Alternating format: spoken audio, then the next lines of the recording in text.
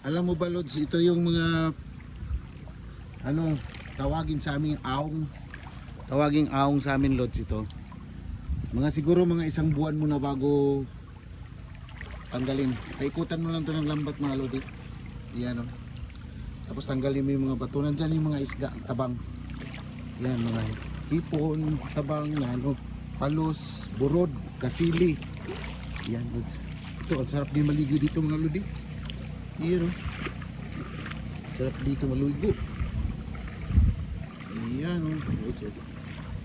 Sarap maligo dyan. May mga ano pa o. Isda. Yan ang mga Lods o.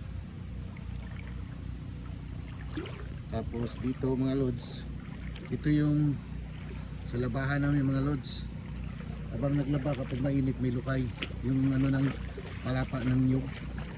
Maluto yun. Yan. Ayan. Daming suso dito Lods, tawagin.